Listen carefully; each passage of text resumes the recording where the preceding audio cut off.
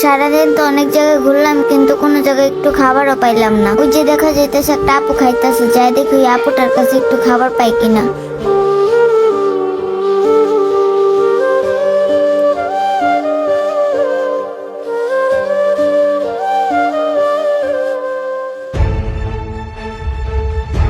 কিরে গায়ে হাত দিছিস কে? ম্যাডাম, আমার একটু খাবার দেন না, আমি 2 দিন ধরে না খাইয়া আছি।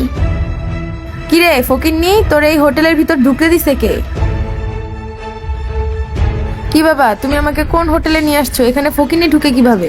মা, ওরা গরিব মানুষ, ওদের উপরে রাগ করিস না। এই বাবা তুমি চুপ করো।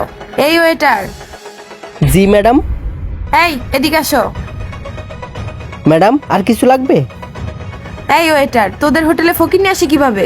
তোদের হোটেলে যদি ফকিনি টকিনি ঢুকে তাহলে আমরা এই হোটেলে আসবো না।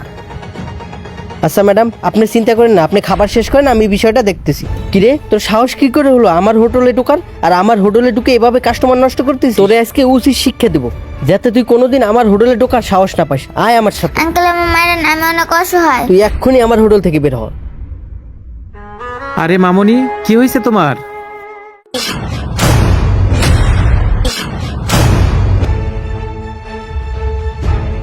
এই ওয়েটার, তুমি ওরে ধাক্কা দিছো কেন?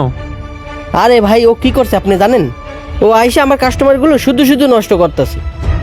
আরে এক পর্যায়ে তো ওই ম্যাডাম রেগেই গেছে, ওর জন্য আমার কাস্টমারগুলো চলে যাচ্ছে। এই কাস্টমারগুলো একবার চলে গেলে আর কি আসবে? তাই বলে কি তোরা এই ছোট বাচ্চাটির গায়ে হাত তুলবি? আরে ভাই, আমার সাথে না চিল্লি করে এই ম্যাডাম কি জিজ্ঞেস করেন যে ও কি করছে। ও, তোর ম্যাডামরে জিজ্ঞেস করতে হবে? আচ্ছা ঠিক আছে, আমি তোর ম্যাডামরে জিজ্ঞেস করতেছি। তুই সর, আমি তোর ম্যাডামরে জিজ্ঞেস করি। এই মামনি, এদিকে আসো দেখি।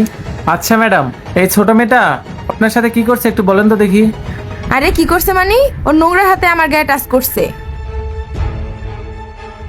ও, এই মেয়েটা আপনার গায়ে টাচ করছে দেখে কি আপনার গায়ে ফসকা পড়ে গেছে?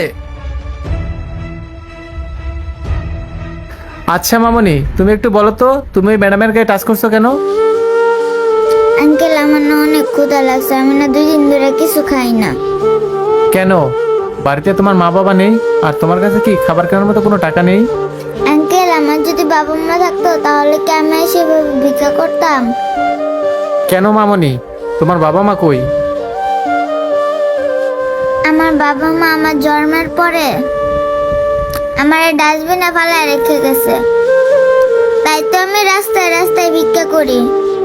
জানেন আঙ্কেল, আমি ছোট দেখে আমার কেউ ভিক্ষাও দেয় না, তাই তো আসছিলাম এই হোটেলে একটু খাবারের জন্য। এই ম্যাডাম, শুনছেন তো এই বাচ্চাটির কথা?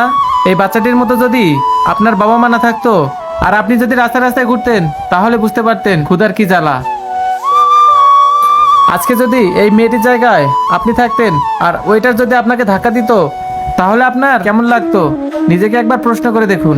বাবা, আমার মেয়েটা তো ছোট, আমি আমার মেয়ের হয়ে তোমাদের কাছে ক্ষমা চাই। আমার মেয়েটাকে তোমরা মাফ করে দাও। ভাইয়া, আমি আমার ভুল বুঝতে পারছি।